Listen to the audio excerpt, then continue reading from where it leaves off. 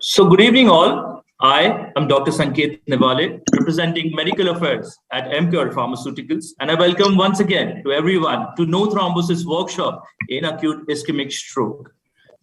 Today, from Emcure end, we have Dr. Onkar Swami sir, who is the Director of Medical Affairs, and we have Mr. Prashant Agarwal, who is the General Manager Business and representing his division, Tenactase.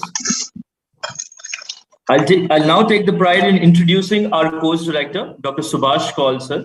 Sir is a senior consultant and stroke specialist at KIMS Secunderabad and chairman of KIMS Foundation and Research Center. Faculty for 27 years at Nizam's Institute of Medical Sciences, Hyderabad. Former professor and head, Department of Neurology and Dean at NIMS. 120 publications in national and international journals. He was a principal as well as the co-investigator of several national and international projects, including largest single center, Hyderabad Stroke Registry, which was funded by ICMR. He's a state teacher award by Telangana government in 2017, past president AP, Neuroscientist Association, past president Indian Stroke Association, and past president Indian Academy of Neurology. Sir, we welcome you for the event. We have Dr. S. Meenakshi Sundaram. Sir would be the moderator for today's program. Sir is a senior consultant neurologist at Apollo Hospitals, Madurai. Over 20 years of experience in neurology, presented papers at various prestigious national and international forums, recipient of the Best Research Paper Award at the 10th Annual Conference of Indian Academy of Neurology, Lucknow, 2002. Principal investigator for many international trials, such as refractory partial epilepsy, stroke, acute stroke intervention trial, and PD trial. Editor of the South Asian edition of the book Practical Neurology by Jose Biller, Walters Kluwer, December 2020, and also contributed to many books on neurology. So we welcome you for the event. We have our second moderator, Sir Dr. Anand Devansa, who is lecturer in neurology at Medical College, Nasik, also a consultant neurologist at Narayane Hospital, and also have a private practice in Nasik. He has 13 different set of qualifications from India and abroad. Multiple presentations in national and international conferences, publications on stroke, epilepsy, etc. He is a member of IAN, AAN, ACP, ENS, MDS, and IAP. The special field of interest is epilepsy, electrophysiology, and headache. So we welcome you for the event. Our first speaker today would be Dr. Satyan Nanda sir, who would be presenting us on the topic thrombolysis in high-risk patients. He is a consultant, Department of Neurology at B.L. Kapoor Super Speciality Hospital in New Delhi, and sir has more than 10 publications in his journal of international repute. We welcome you for the event, sir. And lastly, we have Dr. Dhananjay Dubergerser, who is our second speaker, who would be talking or presenting the case on It's Not a Story Until Something Goes Wrong. Very interesting topic. And to take you a brief about him, he is a consultant neurologist at Chaitanya Neurocare, Nasik. Multiple publications, poster presentations at conferences, and practicing since 2010. Sir, we welcome you for the event. With this, sir, I would like to hand over the session to our course director, Dr. Kaul sir, for context setting. Over to you, sir. Okay, thank you very much, sir. Dr. Sanket. I think there must be some people who are new for the first time. They must be joining this program, and there are some who must have joined it before. But I can tell all of you that this is a very unique program. In fact, when it started, I myself was not sure of its power and its impact which it would have on our learning, and its regularity with which we are meeting month after month. And the main highlight of this point is that it gives the opportunity to an individual practicing doctor who is treating patients day in and day out and facing all the challenges and then sharing them here. This is not possible in big conferences where there is so much of rush for crowd and not very much time, not so much of opportunity to discuss and interact on one-to-one basis. So this is amazing opportunity. I have myself learned so much from all my younger colleagues, from my contemporaries. And because, as we all of us know, that guidelines and clinical trials are always done in controlled environment. But patients don't come from controlled environment. They come from totally uncontrolled environment. And they don't know that they have to have the patient of stroke doesn't know that he's not supposed to have a past history of brain hemorrhage. He has it. It's a free for all. And then he comes to a doctor and the doctor has to then decide what to take. And the other limitation of clinical trials is that the guidelines, I would say, when the guidelines are published, they go by statistics. The 60% did well, 40% did not do well. Therefore, this is the correct drug. So it ignores the 40% who did well. It ignores those. It just goes by statistics. Whereas clinical medicine or clinical practice is always, the way we see it, it is individual. It's case by case. Patient comes to us case by case. They don't come as composite of 10,000 patients or composite of 20,000 patients. So therefore, we have to learn it that way. And this is a very good opportunity. And I'm sure today also I was already seeing there very, very interesting cases and interesting discussion. And it's always a pleasure for me to have moderators like Meenakshi Sundaram, who is a live wire, who is himself a mountain of knowledge. And we are going to hear from him. And today I'm also meeting my old friend. I can't see him now here. Dr. Anand, are you around? Yeah. So over to our first speaker of tonight. Sure, sir. I would like to invite Dr. Satyan Nanda, sir, who will be presenting on the topic on his case, thrombolysis in high-risk patients.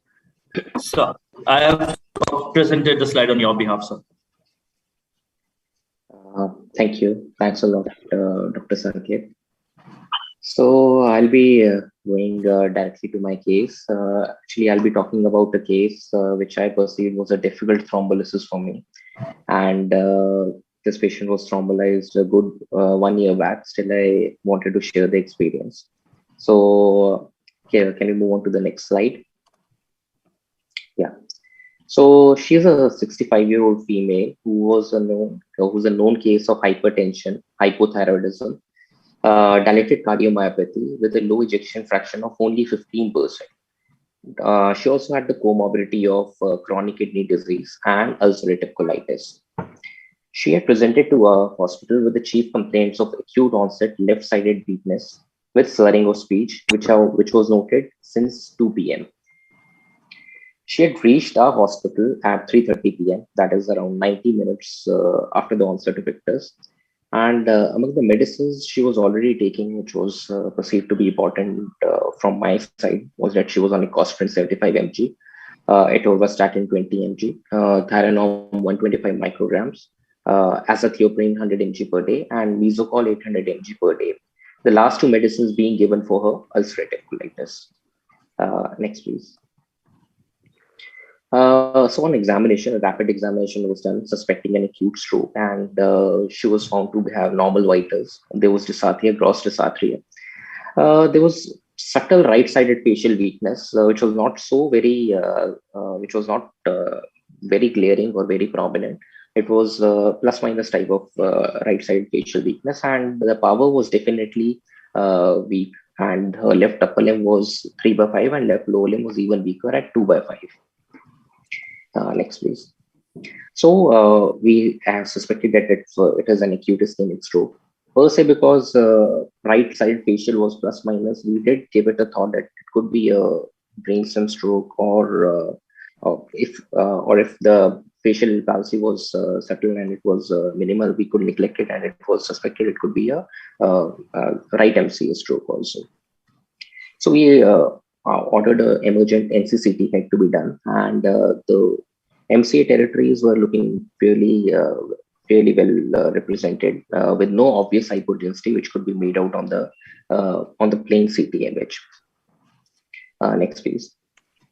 So we had contemplated that as she is in the window period and with a disabling stroke with a NHS of more than with an NHS of around 5, but a disabling stroke, we had made up a mind that we would be going for IV thrombolysis of this patient, irrespective of the location of the clot or irrespective of the nature of the vessels before doing the thrombolysis. So we while we were shifting her back from CT suite for initiating IV thrombolysis, the patient had 2 episodes of vomiting. She became drowsy and fell off the stretcher, bumping her head onto the floor. She was wheeled back to the emergency room. Vitals were assessed and sensorium was reassessed. Now she had become drowsy. But she was arousable and she was responding to verbal commands, though intermittently. And the power of left upper and lower limb had also reduced to 2/5. Initially, only the lower limb was graded at 2/5. Now even the upper limb was at 2/5. Next, please. So next slide, please.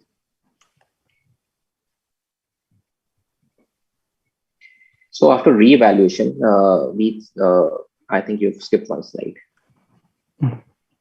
You need to go back one more slide. So this is the next slide after this. Okay, yeah, sure. Okay, thank you. So initially, because there was a history of recent head trauma and she had become drowsy, it was imperative as a clinician on my mind to rule out any hemorrhage which might have happened or any such thing which could have been a major contraindication for thrombolysis. Thus, I was not very comfortable in initiating a thrombolysis in a patient who had just sustained a major head injury. Being a fall from a stretcher from a good height of 2 to 3 feet was deemed as a significant occurrence from my side, and thus she was shifted back to the imaging room. This time, the option was there for me whether I could do a CT scan or just to rule out a brain hematoma, which could have been or a traumatic contusion, which might have been picked up on the CT, or I could have got a MRI brain done. The reason I chose MRI brain was because earlier also, because of this subtle right side facial weakness which was pricking my mind, I thought it could be a brainstem pathology also. So why not to get an MRI brain? The few sequences which I needed, DWI, FLAIR, and SWI. So an MRI brain was done, and initially our residents were there, and it was initially reported that the DWI is only showing the right hyperipal DWI hyperintensity, which was not at all seeming plausible to me. So I asked the ADC images to be sent, and this is what the ADC maps showed. Next slide.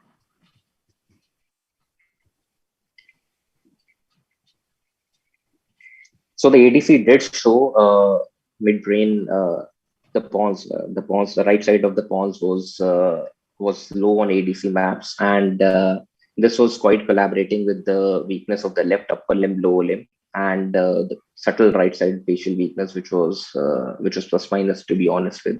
But this was being explained by that, and thus I went back to the console and rechecked the DWI films. Can you go to the next slide, please? There was an evolving infarct. As we can see, there were the intensity of the two sides of the pons was not at all symmetrical.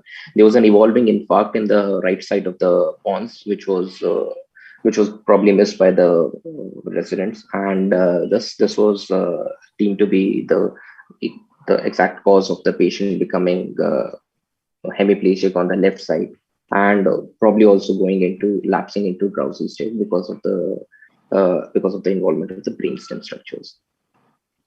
Next slide. FLAIR was only showing hyperintensity corresponding to the right parietal lobe infarct, and otherwise the FLAIR images were negative for the midbrain infarct, and there was no other obvious hyperintensity which was to be noted on the FLAIR images. Next, please. SWA images were also reviewed just to look at the possibility of any hematoma which might have occurred or any contusions. There was no evidence of any contusions on the MRI or any evidence of major IC bleed or subdural hematoma or even a small subarachnoid hemorrhage, which may have been a contraindication to IV thrombolysis. The only thing which made me go suspect the presence of any IC bleed or any subdural bleed was the presence of the patient becoming suddenly drowsy after the fall. That was what alerted me that I should be alert to that possibility. There could be a bleed also, and that is why I opted for this whole exercise of getting the repeat imaging. So while we were at it, I thought before thrombolysis, it would be I would just go and get the angio also done. So the TOF MRI brain, TOF angio was done of no, please move to that. Yeah. And that showed that the basilar was occluded. Hardly proximal 0.5 centimeter of the basilar was seen, and the left vertebral artery was also very poorly formed or poorly visualized. Although it's a TOF image, so not be overreading, but definitely there was a cutoff at the proximal basilar artery itself. So this did entail that a large portion of her brainstem was at risk for further ischemia, and she may have cardio or respiratory depression also, and might have had a further worsening, and even the cerebellar territory could be at risk for infarction. So then finally, next slide, please.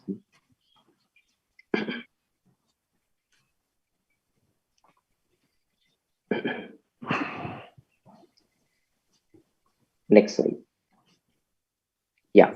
So the question finally was towards resolution that whether I should be initiating IV thrombolysis or no. The main contraindications which were going through my mind was a recent fall 30 minutes before. You can go back. Ulcerative colitis and chronic kidney disease, although it has been discussed at multiple forums, still people, even clinicians like me, are a bit apprehensive in using the full dose of thrombolytic agent for chronic kidney disease. And was the flare positivity in one of the DWA positive lesions a reason for considering for withholding IV thrombolysis? So next slide, please.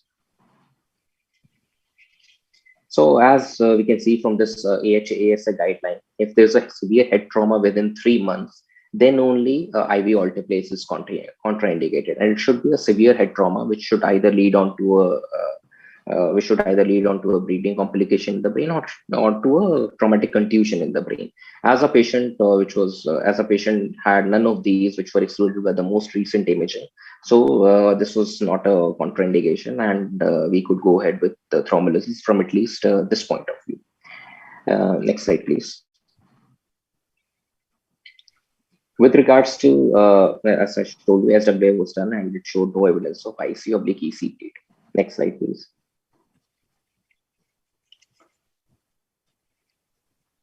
So ulcerative colitis, whether that is a contraindication or no, it is not routinely that we as neurologists see patients of ulcerative colitis having an ischemic stroke. She had been on maintenance with azathioprine and Visogol, and there had been no active GI bleed for more than 5 years. So as we know, the only contraindication to IV thrombolysis is either a structural GI malignancy or recent bleeding event within 21 days of the stroke onset, which is considered to be higher risk from at least GI point of view. So this was not a contraindication at all, and we could go ahead with the IV thrombolysis in this patient. Next slide, please.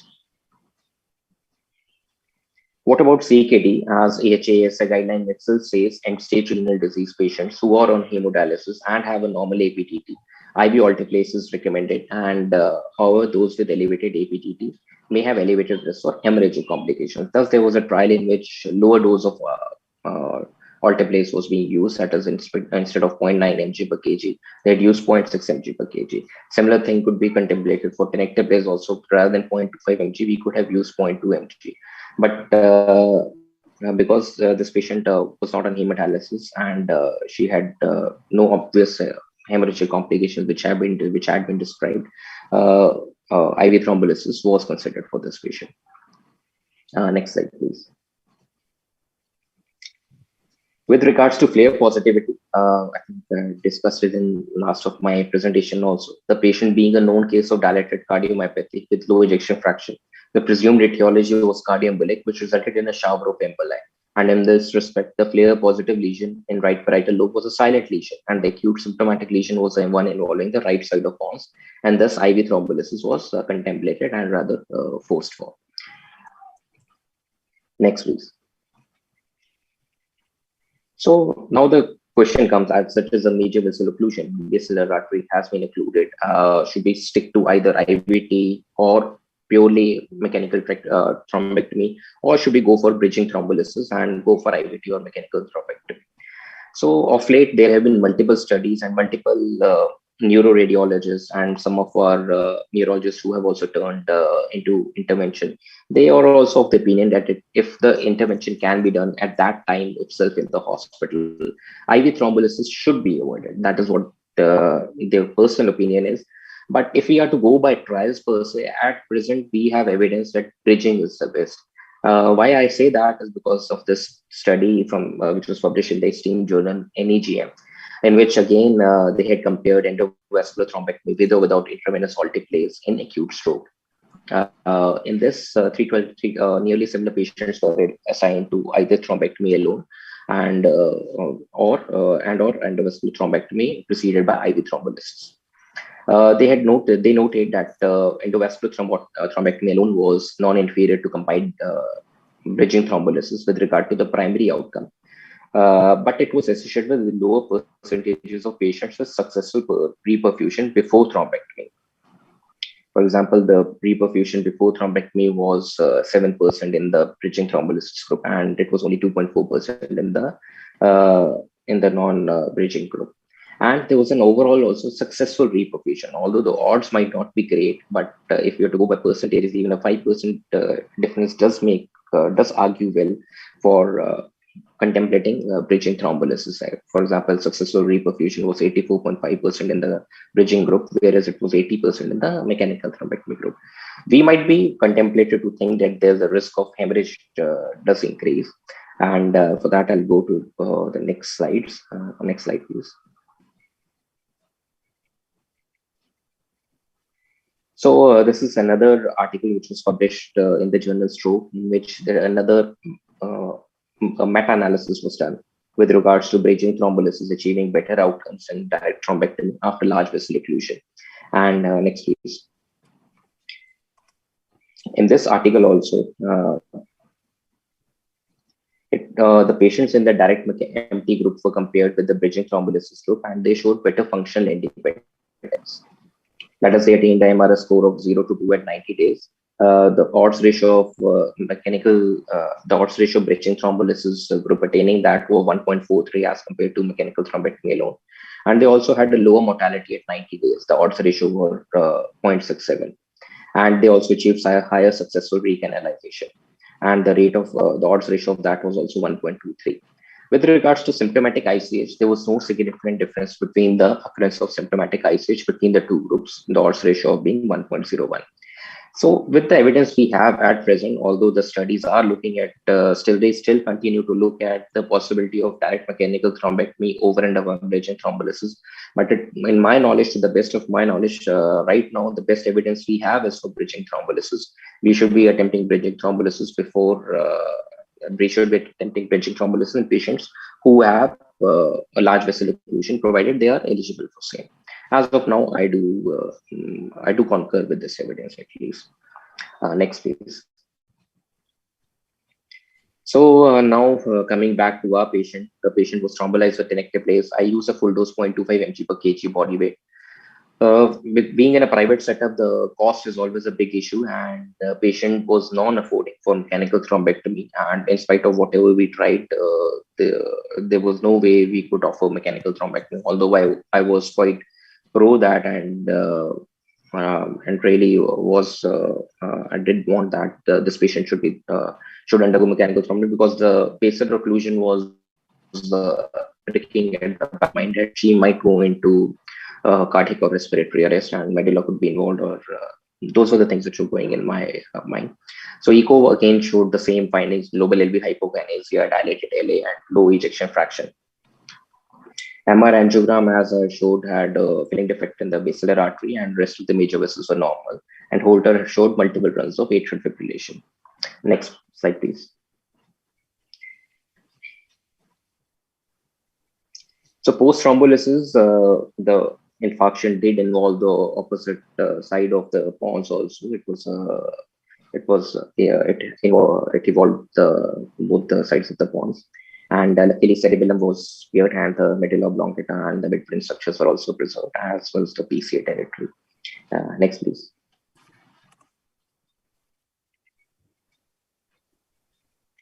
Only a speck which came in the right superior cerebellar hemisphere, which was concordant with the mid to distal basilar artery involvement at the MRNG. Next, please. The flare positivity was also in the same region. Next, please.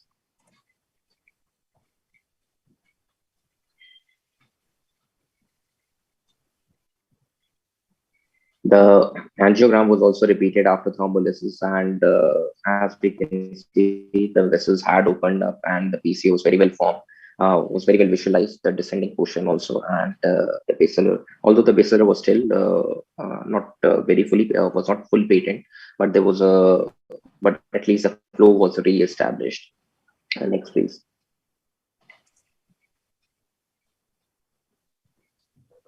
So the patient had a good clinical outcome and improved by the time of discharge. Excuse me. She was discharged on Nepixaban 5 mg twice a day. This was done because she had still residual post-stroke dysphagia. And by the time she came on next follow-up, even that had resolved after 3 weeks, and she was shifted back to, because of the renal parameters also, the dosage was kept at same, Nepixaban 5 mg twice a day. And by the time of last follow-up, she had MR score of 2 and NIHS of 1. Could you go to the patient video, please?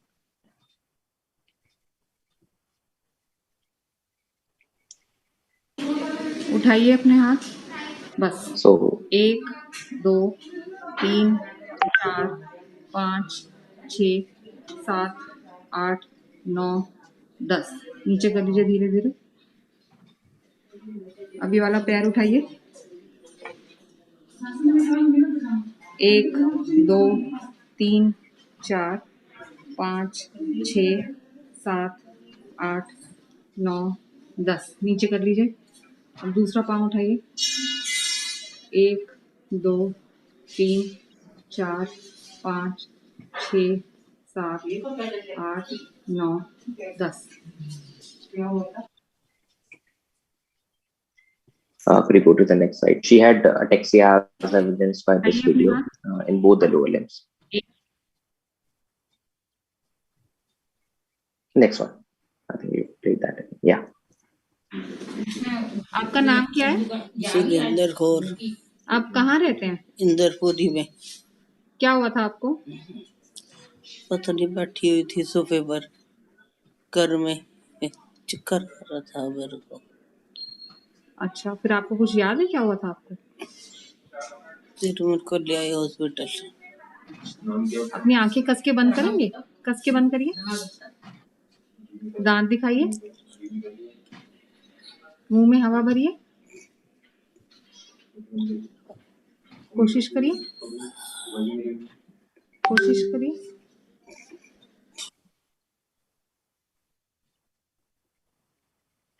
So she had only residual ataxia, and I think we can stop that video. The pre-thrombolysis video was not available because of the rush, and this is what I say to my patients also, that they have to go through what you go through. So that is what I had for my presentation today, and I'll be most welcome for discussion in this one. Thank you. Thank you.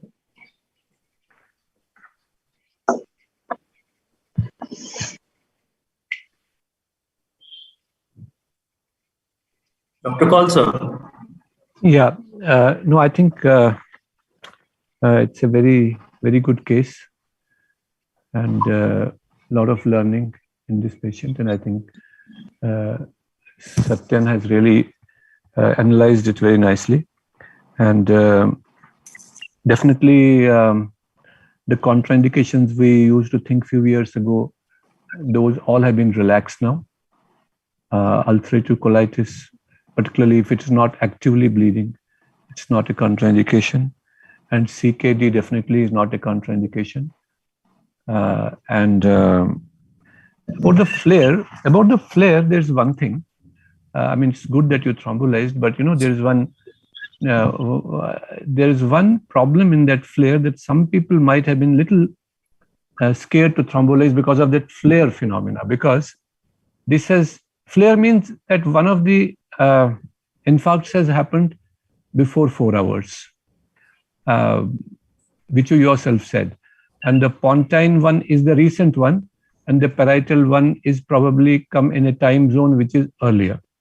So some people would say that so that amounts to an infarct only, even if it's asymptomatic, but it amounts to an infarct, and some people may be scared to do it. But I think it's a very soft contraindication. It's not there's still discussion going on that. But that could, actually I was thinking that was the only thing which would, and it's right that you didn't think about it, and it's right that you ignored that thing. Otherwise this patient would have died from the basilar occlusion. And that's exactly what I'm saying, how we learn from these cases. Particularly this flare thing, when we see, we should not put so much of importance to this flare. After all, when we do mechanical thrombectomy also, at 18 hours, 20 hours, they're all flare positive at that time. So it's not that all flare positive kill the patient or they bleed it. I think the whole concept of flare is that it just tells you the timing. But other than that, so even if it was an old infarct, but it was so small that you wouldn't expect it to bleed. So I really appreciate of your judgment at that time, that you didn't, even though you thought that it was old infarct, but it was too small, it didn't let you come in the way of your decision.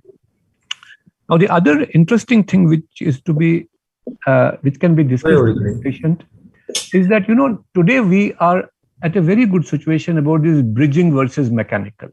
This recent study which you quoted, what they found is that bridging is better than mechanical. But mechanical alone is also not that bad. So you can now choose your case. Either ways you are right. If everything is correct, then go ahead for bridging. And one of the biggest advantage of bridging is what happened in your patient. There's a good chance, particularly if you are in tenactase, the vessels may get recanalized, and you may spare the patient mechanical thrombectomy. That is the advantage of doing bridging. At least 30-40% of patients you will not even know, even need. And you don't have to wait. You do the bridging, you do the IV, and after that take patient for mechanical. But in 30% of cases, you will be pleasantly surprised that you don't need it. It doesn't matter. You come out of the angio suite. So that to that extent, bridging is good. But there are some situations where you are afraid of giving IV thrombolysis. For instance, if the patient is having some little bit of bleeding tendency for anywhere, or patient has a recent or couple of years ago history of any brain hemorrhage, or where you don't want to give IV, you want to do mechanical. So there the mechanical alone can be given with a reasonably good outcome. So all in all, I think you have revised all our concepts, and you have taken the lead and gone ahead and achieved an excellent outcome. Fantastic case. Thank you, Satyan. Meenakshi. So thank you very much, sir. Thanks for the nice comments, sir. And lovely case, really. So I think you have got it right, and everything has gone well. And I should also tell you that, you are very lucky. I'll tell you why. Because when you have a basilar occlusion, I'm sure it was the basilar occlusion, we look at whether it is a proximal or middle or the distal basilar, right? Yours was a distal basilar, sir? Mid to distal, yeah. Actually, I wrongly told it as proximal. It was mid to distal basilar, yeah. Much the distal. Proximal half a centimeter was well visualized. Usually, when you have an embolus on the heart, usually it lodges in the distal basilar. And these are the patients who will give maximum trouble. You have a proximal basilar and mid basilar. More often they are atherosclerotic in nature. Whereas the distal basilar is where the embolus goes and sits and really creates havoc. And that's exactly what happens in patients who have got a cardiac thrombus, especially in this low ejection fraction setting.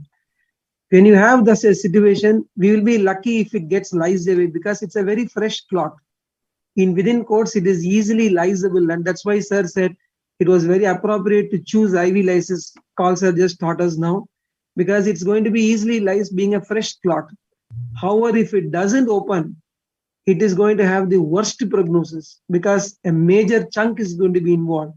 On the other hand, when you have the proximal or the mid-basilar, more often than not, they are atherosclerotic. And what it allows us is that because the occlusion carries on over a period of time, it allows us to form more collaterals. And therefore, it will not be as catastrophic as you will have a distal basilar. So we are always worried about distal basilar when it comes. These are the patients, ultimately, we brand them when they don't improve as a progressive basilar artery occlusion. And the prognosis becomes very bad for them. You're very lucky that with one IV shot, it really opened up. In fact, recanalization was shown by you. Both the PCAs opened up. And that's one of the reasons why the recanalization, in my opinion, was the reason why you got away with it. It's a really good case, really. You can also go and, if possible, if you have the images with you can analyze. There are two things which we can analyze there. One is that how good was the collaterals in this patient? If there has been a previous ischemia, collaterals would be there, and that would save the question.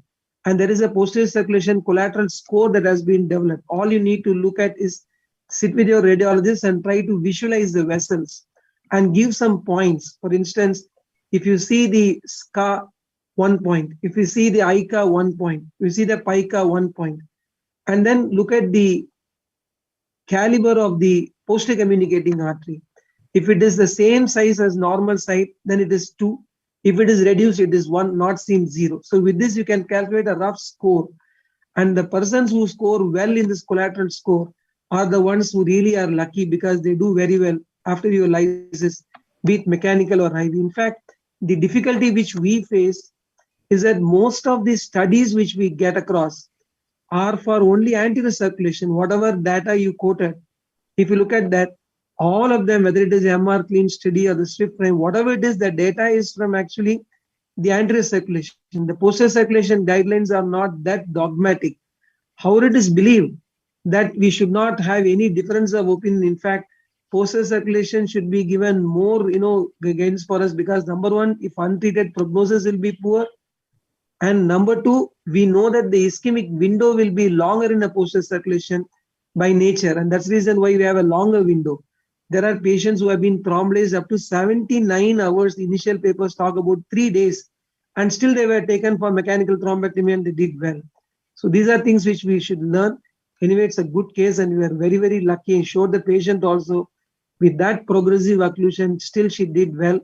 Congratulations, sir. And thank you very much for the lovely presentation.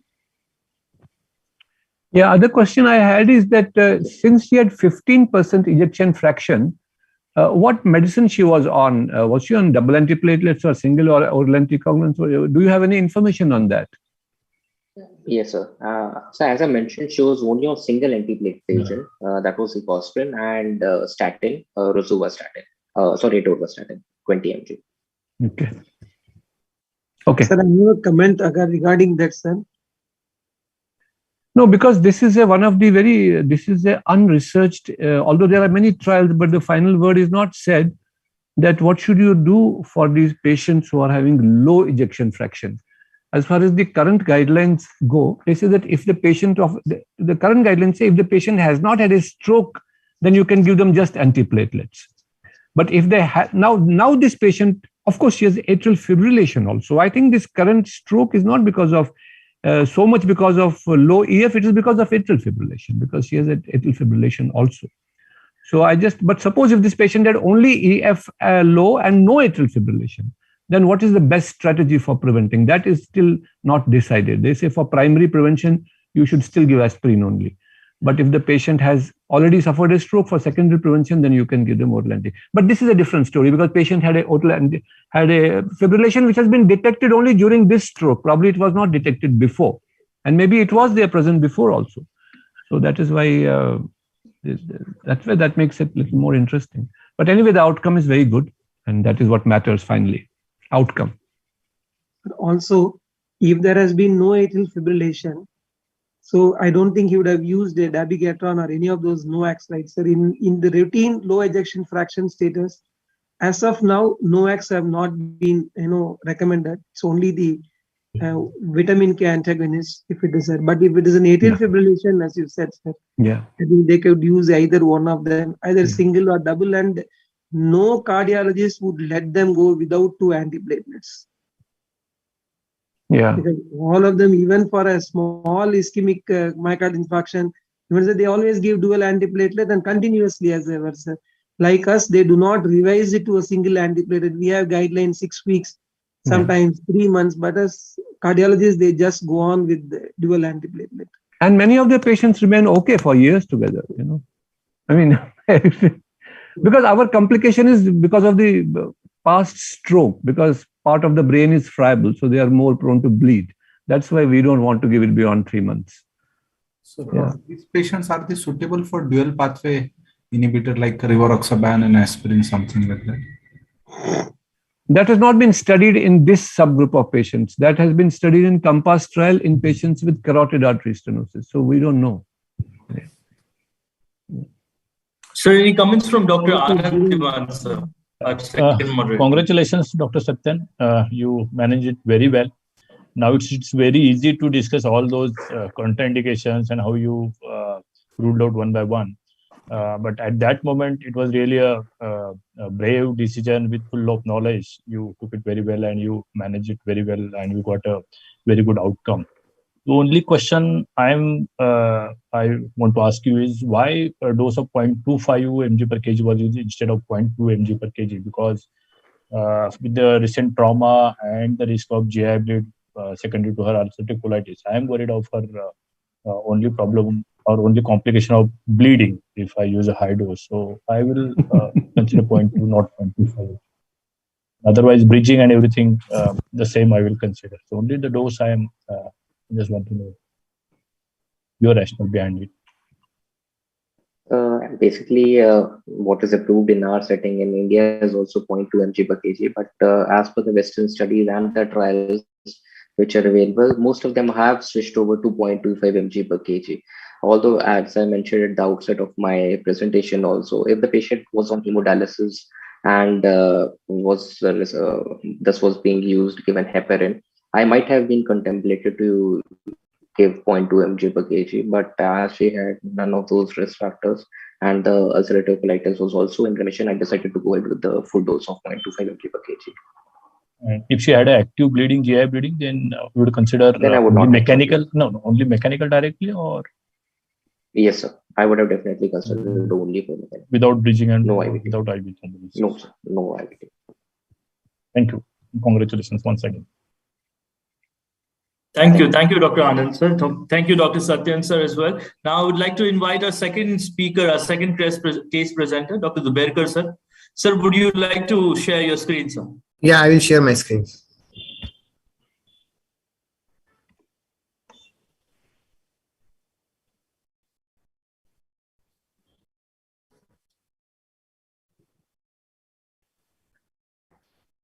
Yeah, good evening, everyone. Thank you very much for this opportunity. I am presenting this case in front of my DM examiner, that is Subhash Kaul, sir. I was in PGI. So good to see sir back again. Well, I gave a catchy headings just to catch attention, basically. Let us see how it goes away. My patient, a 60-year-old female, presented with 2-hour history of right-sided weakness and difficulty in speaking at around 10:30 p.m. She was hypertensive for last 2 years on treatment and had undergone routine health checkup 6 months back, which was normal. There was no history of any other significant illness in the past. On examination, pulse was 92 per minute. It was regular.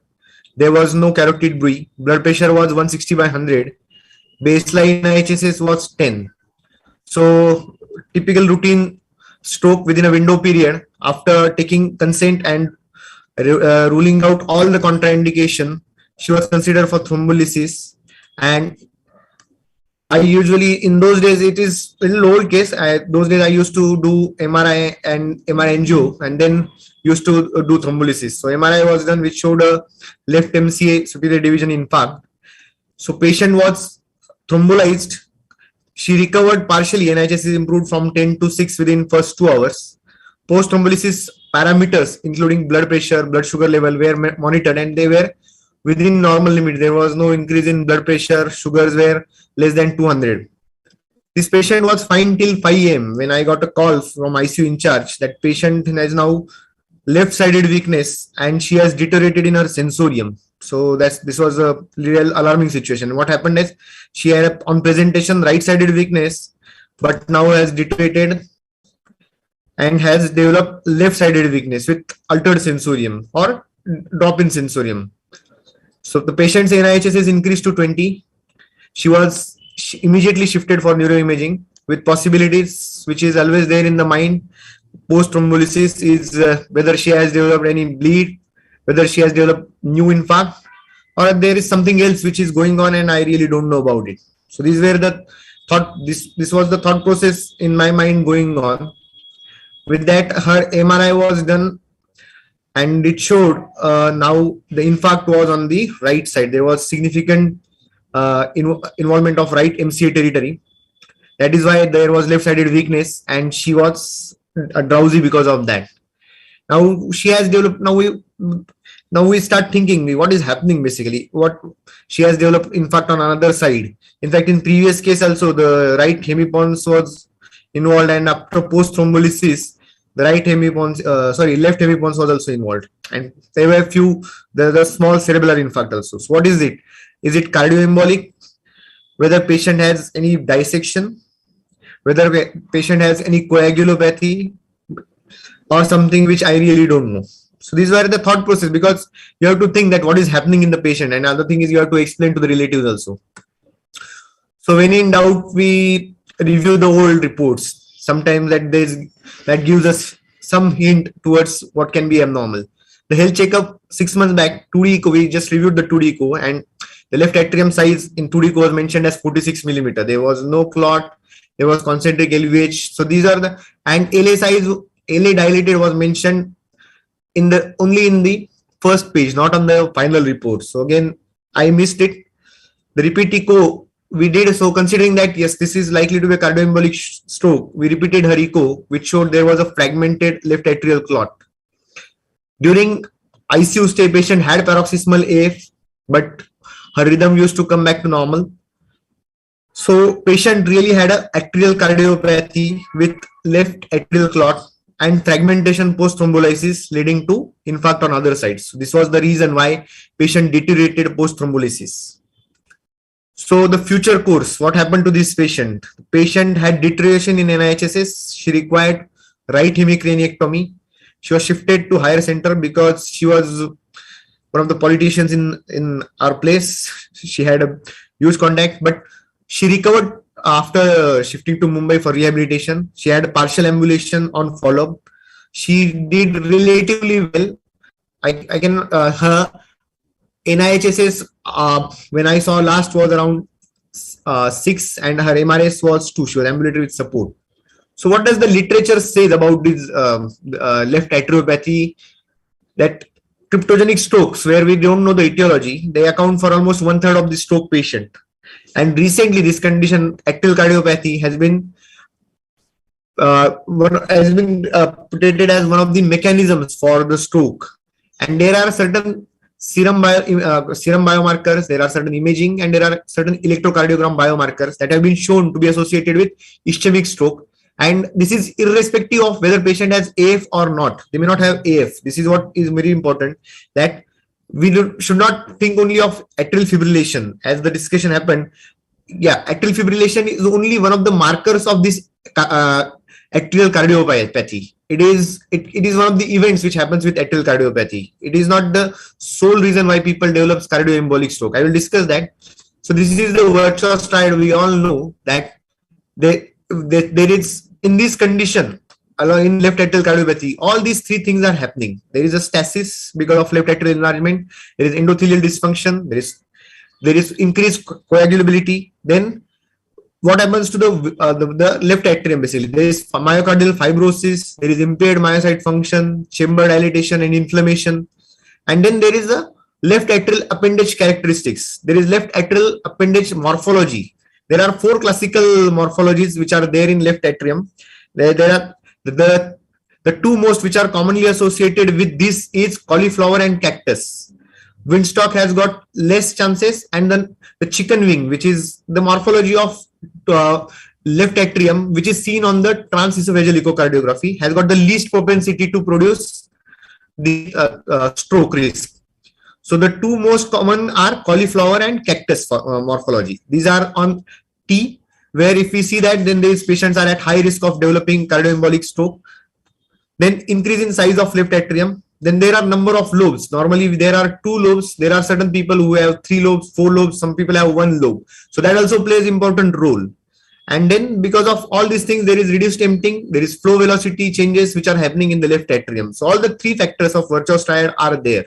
So what happens, why these patients are prone for stroke is that these patients who have systemic insults, say diabetes, hypertension, obstructive sleep apnea, obesity, aging, autonomic nervous system dysfunction, they develop structural atrial alteration like degeneration, apoptosis of myocyte, fibroblast proliferation, endothelial remodeling, and atrial fibrosis.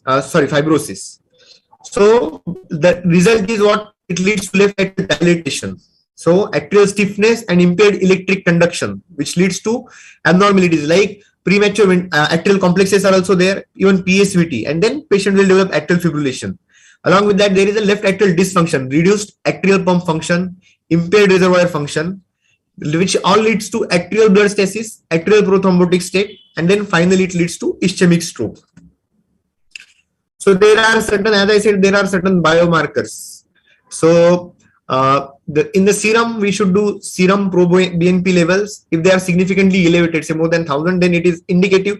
I'm saying in a patient who has suspected left atrial cardiopathy, not in a patient who is already in failure, but these serum pro-BNP levels, if they are significantly elevated, then it is a indicator. Then we have echocardiographic criteria, and then there are ECG criterias. In the ECG criteria, there are many criteria, like say increased P wave dispersion, increased P wave duration, increased PR interval, increased P wave area, and the most important one which is used in the for the biomarker is increased P wave terminal force in V1. Now, what is that P wave terminal force? Is the value of the amplitude of P wave multiplied by the duration of the terminal negative portion of the P wave in lead V1. So that is, if it is significantly increased, then it is indicator of atrial cardiopathy.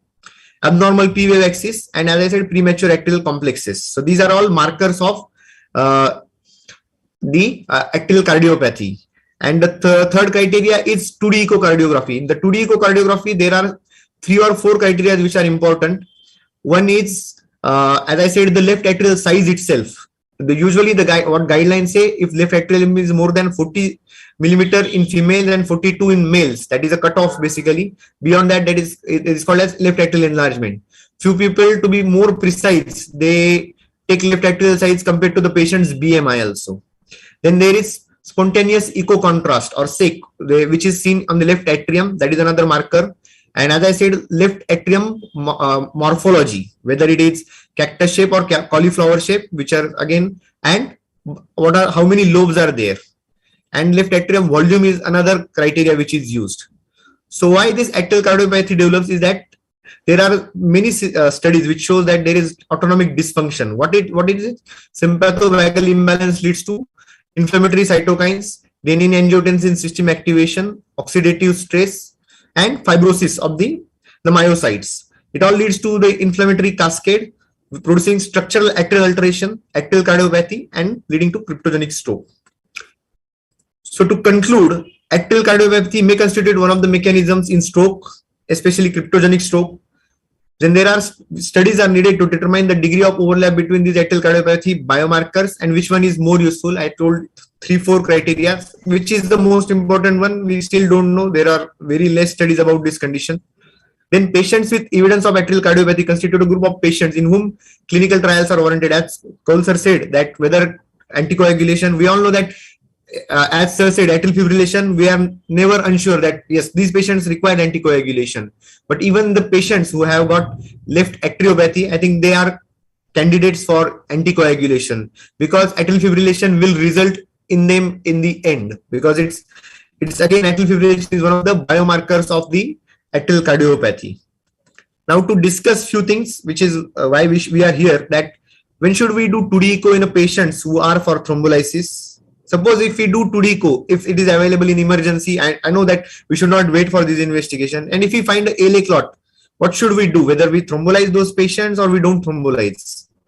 And if you find a left atrial enlargement in a patient who is on your routine follow-up and you do 2D echo, what are you going to do with that patient? What kind of treatment you are going to start? And there is no past history of stroke in that patient. So what we are going to do that? I think this was all from my side about presentation. I think we can discuss all these points with the help of Meenakshi Sundar sir, Kaul sir, and Dr. Devansa sir. Yeah. Thank you.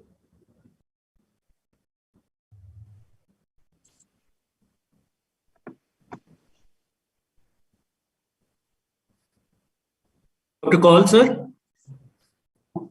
Dhananjay, that was once again you showed a very interesting observation, and all of us have once in a while had patients whom we thrombolize and suddenly he worsens. And this is a known phenomena which can happen in two situations. One is when there is a existing clot in the heart and it gets fragmented by our TPA. Job of TPA or job of thrombolysis is to fragment the clot only, but it depends on where does it clot, what is the location of the fragmentation. So the thrombolysis is working well, but it's working at a wrong place. So we have seen it. And second times, what I have also seen is that even when there is a proximal thrombus in the proximal artery, you know, for instance, in the carotid artery, and you give it, that can also sometimes fragment and patient has worsened. So once in a while, we have seen these patients. And as of now, we have not developed any mechanism based on guidelines or consensus that what should we do. We just are silent spectators, but you have raised very important points. So my personal opinion is that if we can do a quick 2D echo in the stroke unit or emergency department, that would be a very good thing. It is not in guidelines, that's why it's not being done. In guidelines, they don't require it to be done. So that's why it's not. If it was in guidelines, it would definitely be done. But I think if it does not waste time, and I think how much time does it take to do 2D echo? 5 minutes? If there is a trained person there and you have to just put that thing there, the probe, and have a look at that. Definitely in the recent myocardial infarction would be one group where one should do it in the recent, because you would be looking at the pericardial effusion, you would be looking at the echinacea, because a echinacea, big echinetic segment following post myocardial infarction, they are at risk of clot. You will look at the clot also. They are at risk of cardiac rupture also. You know, on the second or third day of MI, if a patient gets a stroke, there's a good possibility that he has a clot, and even if there's not a clot, there's an echinetic segment there. And that is why MI used to be a contraindication for thrombolysis many years ago. Now it's not a contraindication. But so that would be one group. But I think cases like this, which you have shown, they may not have a history of MI also. And there may be 2 patients out of 100 like this. So I completely agree with you. And I don't know whether we can, because till it comes from USA, it cannot come from us. But I think it is a good idea to just immediately, as a screening, to have it depends on how much time the echo will take. You know, if we have to send a call to a technician and the technician has to ask a cardiologist, by the time that echo machine comes and then it takes another half an hour, then it is absolutely self-defeating. Then you cannot do it. But if we have such a mechanism in our center where you can do a 5 minutes or 10 minutes echo, by the time you will do other investigation, that will be an excellent idea. Now, your second question was that if you find a LV clot or LA clot, should you still thrombolyze? No. I think if you have got a mechanical thrombectomy, I would definitely do. This would be one of my choices for direct mechanical thrombectomy. But if direct mechanical thrombectomy is not available, then I would do it. I mean, the chance of that left atrial clot fragmenting, it will not fragment in everybody, but it will fragment in 2 or 3 patients out of 100. So I would take a high-risk consent and do it. But if I have a facility of mechanical, which I have in my hospital or many hospitals have, this would be a justification of going directly for mechanical, because there's a risk of fragmentation. And your third question is $1 million question. This Dr. Ranjan from Apollo Delhi keeps on giving a lecture on cardiopathy every time. This is his favorite topic. That if you find that there's a left atrial cardiopathy, should you put them on anticoagulants or not? And I think as of now, it has not come in guidelines to the best of my knowledge. It has not come in guidelines. But I think even if you put it, you are not wrong. If you explain to patient, and some cardiologists have started doing it, that you have to explain to him that, look, your atrial enlargement is there. There are studies which have shown that you are at a high risk of, therefore I am putting you on oral anticoagulant. But you must know it is not in guidelines unless it has already come. I have not checked yesterday or day before yesterday. I have a feeling that something in cardiology guidelines probably it has come. That is my impression. What do you say, Dhananjay? Have you checked that? No, sir, I have not checked, but in our stroke guidelines, definitely it is not there, sir. No, it's not there. It's not in stroke guidelines. I have not checked about cardiology. We'll just check, sir. I have not checked. Yes. Yeah. Yeah. Great case. Meenakshi, your expert comments. Sir, regarding the echocardiogram in the emergency, sir, we do have an echo, handheld echo, sir. That can be very well done in the emergency, sir. How much time it will take, Meenakshi, according to you? It will take 2 minutes, sir. Because fantastic.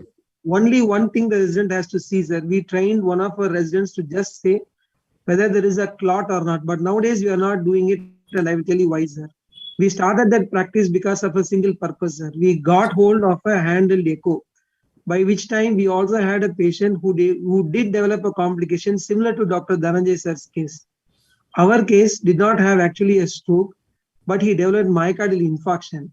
And I think that was one of those times when in Neurology India also there was a paper published from India only about a similar case. And we were, it was a very difficult thing which we went through, having to explain a person about myocardial infarction after thrombolysis, and they knew that thrombolysis treats myocardial infarction. So to sit and explain to that patient was really nightmarish, and we had a tough time telling them all those things. At that time, one of our residents, Dr. Sabari, who was a resident in our emergency those days, he is the one who got trained. Dr. Sabari would just see and tell whether there is a clot or not. That is all. Yeah. Only 1 minute will take. It's one machine. That's all. That's great. But then we had a difficulty, sir. Then the question that was asked in our discussion was as follows. We also decided that if there is a clot, we'll go for mechanical. But if the person does not have a major vessel occlusion, has come with thrombosis now, whether we are going to lyse or not was a question raised, sir. And we did not have an answer. We try to seek answers for that, sir. You have to teach us before we leave whether you will lyse that patient who does not have a major vessel occlusion. At the same time, he has also got a clot. Will we lyse it? Because we had a very bad experience, one I can tell you, sir. This was the first comment. I'll give the other comments after you have taught us this point. No, Meenakshi, you see the whole practice of medicine is a practice of probabilities. So the question is of probability of lysing the clot in brain or achieving some good outcome in the brain versus the chance of fragmentation of the clot in the. So I think I would have to give him that option because we have to go along with the existing guidelines also. So as per the guidelines, there is no mention of these clot in the heart and all. We know from our observation and from the mechanisms that this is a risk, but it is not a contraindication. So therefore, I will tell the patient that, look, you see, when we give them, when we thrombolyze, no, in any case, we discuss with the family, it is a shared decision making. If you see the guidelines of American Stroke Association these days or anything, on the first paragraph, he says shared decision making. So I'll tell the brother of the patient or the wife of the patient, look, I'm thrombolizing him for dissolving the clot in the brain, but there is a chance he may. If she says, no, I don't want to take that risk, then I would not do it. But you can't deny him thrombolysis because as per guidelines, it's nowhere a contraindication. That's what I would do. So this is the reason why we are not anymore doing it, sir. We are not very enthused about it because it did not change our thinking. But as you said, sir, we'll again go back and do it. Now our present residents... You know, Meenakshi, on a lighter vein, you are so right because sometimes ignorance is bliss. Because sometimes we get information which stops us from taking action. We don't need that information. And I know some stroke neurologists, they do only CT scan, they don't do MRI. I said, why don't you do MRI? He said, then I'll be caught in that problem of flare change and this change and diffusion change and SWI change. I just do CT scan. If it is normal, I go ahead and thrombolyze. So you're right. Sometimes extra knowledge also creates impediments for us. So it is good. That is on the positive side of not knowing things. Yeah. The same things in our hospital also, less than 3 hours, only CT, sir. I told them, don't do MRI. It will only confuse. Nothing in the CT, go ahead.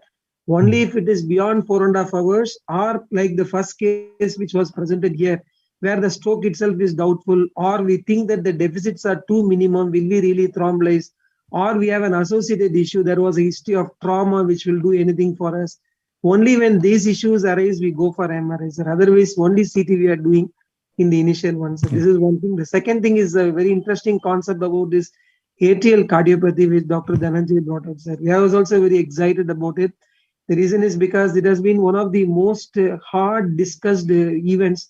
The reason being is as follows. Now, when you look at that, what defines stroke in patients who have got an atrial fibrillation?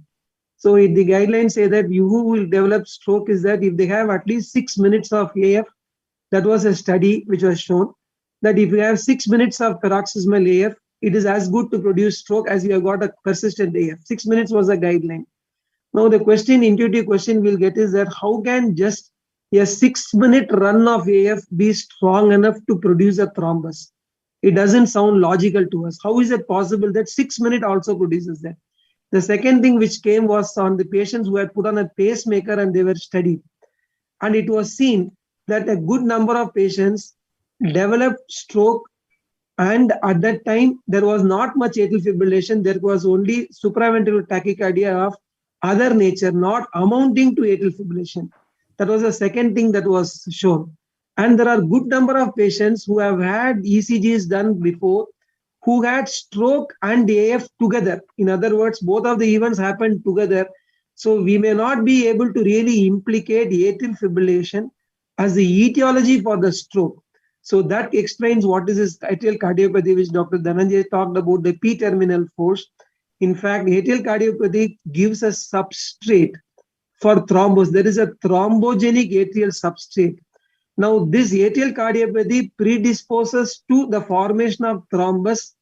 It also predisposes to the formation of atrial fibrillation. It is not that it predisposes to the AF and AF leads to stroke.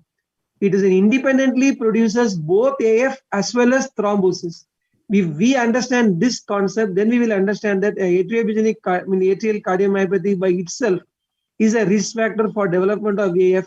And that is the reason why studies have been done to look at only this atrial cardiogenic substrate and whether any of these anticoagulants would be of benefit to that.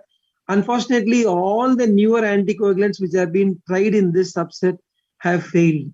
So we, as of now, we do not know the answer whether we can anticoagulate them and still get a benefit just by diagnosing an atrial cardiopathy. But there should be good reason and good knowledge that should emerge in the future. I think that was a very good case for discussion for all of us, I think. Sir. Exciting thing about atrial cardiomyopathy. Dr. Anand? Yeah, excellent case, Dhananjay. A lot of discussion on it. Again, again a query. If you want to anticoagulate such patients of atrial cardiopathy, again, vitamin K antagonists or no wax to be used? So this is like if it's a substrate for thrombus, at the same time substrate for the AF to generate, like a non-valvular AF. Yes, as sir said, there are the newer oral anticoagulants have not been proven till date. Yeah, so exactly when something is not proven, we rely on whatever is available, conventional vitamin K antagonist. Yeah, exactly. Warfarin acetone should be used. If in future, if the trial proves that newer oral anticoagulants are useful, then we may shift to newer oral anticoagulants in that situation. Yeah. Sir, I am interested in knowing how he explained to the patient that he came with one stroke and the patients are going to say, you gave another stroke to us. What did you tell them, Dr. Dhananjay, sir? Yeah, I really had a tough time, sir. And most importantly, they were politicians. So you can imagine my anxiety and agony. Only thing I got relieved when they got transferred to Mumbai. That's the only time when I felt relieved. Otherwise, I kept on saying that this is known, this is happens. You can take. Actually, what I did, Hastak sir was there in Mumbai. I had taken their consultation. Before they moved to Mumbai, I asked them to take his opinion. So they went and showed all the reports. And then they were relatively satisfied that, yes, this can happen basically. Yeah. They accepted finally that this can happen. So they moved on basically with that. See, all these events, these are events. These events can happen. And as doctors, we somehow own the events and we feel guilty and we feel responsible as if we have caused them. No, this patient met you when she was 82 years old. Before that, you never knew her. So you have no control on the patient's life, on her risk factors, but you meet her at a point and suddenly you feel that you are responsible for that. So I think we have to decondition ourselves from that thought. Only thing we have to make sure that we are not committing any mistake. That is the most important thing. But after that, as far as the outcome is concerned, that really is not in our hands. We only do our best. And that is the whole concept of shared decision making. We don't know which decision is correct. Nobody knows. I mean, if you see the guidelines, what is class 1 recommendation, class 2 recommendation, class 3? Please read it carefully. It says benefit is more than harm, but there's harm nevertheless. Even in class 1 recommendation, there is harm, HARM, but benefit is more than that, right? That means 30 patients will be harmed, 60 patients will be benefited. This is the concept of class 1. Then you come class 2, then you come class 3. Then in class 3B, harm is more than benefit. That's where it comes in red. So what we have to know is that, but only thing is that we should not miss anything. If we miss, then that is negligence. But in the natural course, if something happens, natural course of disease, we can't help it. That is why the medicines, that is why after going through these experiences, we are discussing that we should probably do 2D echo. But in today, if you have not done 2D echo, you will not be blamed because it's not supposed to be done. But maybe after 1 year, that will become part of the guidelines that you must do a 2D echo. Like we have to do a CT scan. But as of today, 2D echo is not supposed to be done because it wastes time. I'll tell you, if there are 5 minutes, I'll tell you similar. When I was introduced to this atrial cardiopathy for the first time was about 6 years ago, when my father-in-law, my own father-in-law, personal story, he underwent a pacemaker and he went for a routine pacemaker check. Pacemaker is already implanted. And he went for a routine pacemaker check. And the cardiologist who saw, he called me aside. He said, Dr. Kaul, your father-in-law is having a atrial cardiopathy. I said, but pacemaker has been put. Why should we worry? He said, no, pacemaker will do nothing to the atrial cardiopathy. Pacemaker is for a conduction defect, AV block. He has a cardiopathy, he has a very supraventricular tachycardia, paroxysmals of supraventricular tachycardia, and they are as bad as atrial fibrillation. And this is a forerunner of atrial fibrillation. He should be on anticoagulants.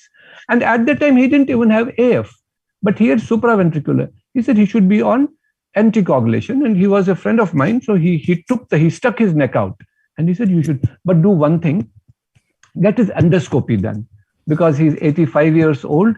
I don't want to put him on anticoagulants before checking he doesn't have an ulcer.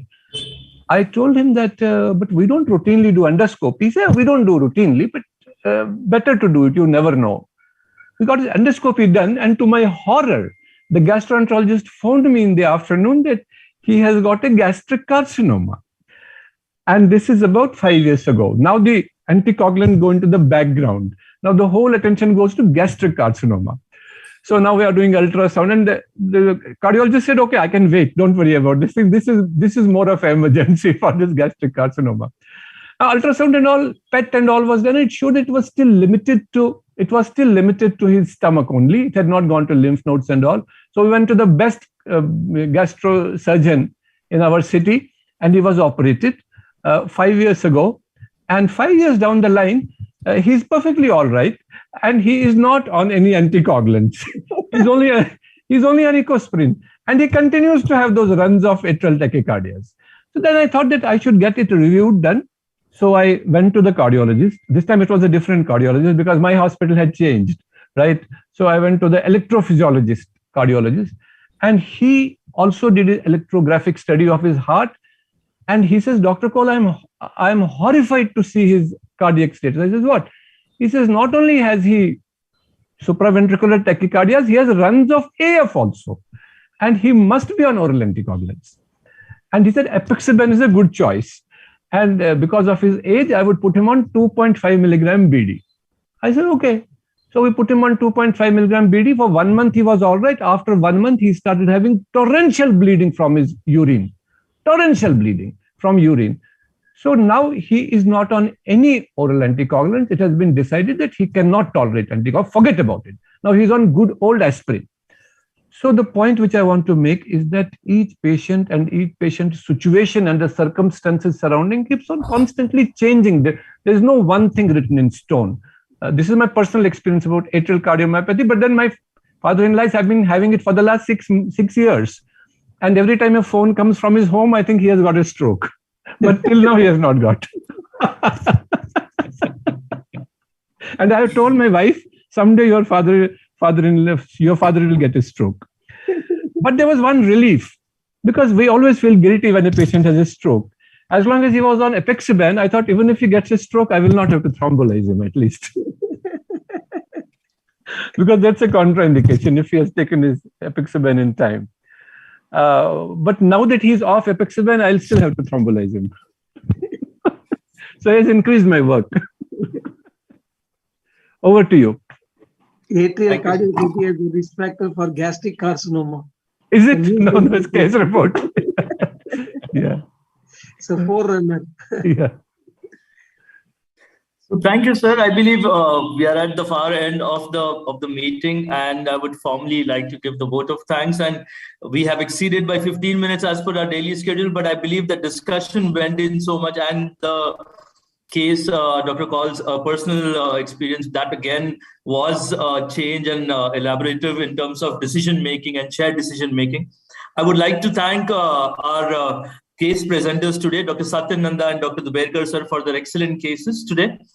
And our moderators, Dr. Sundaram sir, as well as Dr. Anand sir, for their expert comments, and our course director, sir, Dr. Kaul, for your course direction, at the same time, the entire governing and guidance that you have provided us all throughout. So, I believe this was an exciting session, a lot of things to learn, a lot of things to exchange. We had a total of 168 logins today who were attending us on a continuous basis. We were monitoring them. And I believe everyone would have had a good take-home message, which they would have recorded for them, and that would help in better patient outcomes. So I thank each and everyone today present in the meeting for their excellent deliberation. Thank you all. Thank you. Thank you very much, sir. Thank you. Namaste, sir. Recording stopped.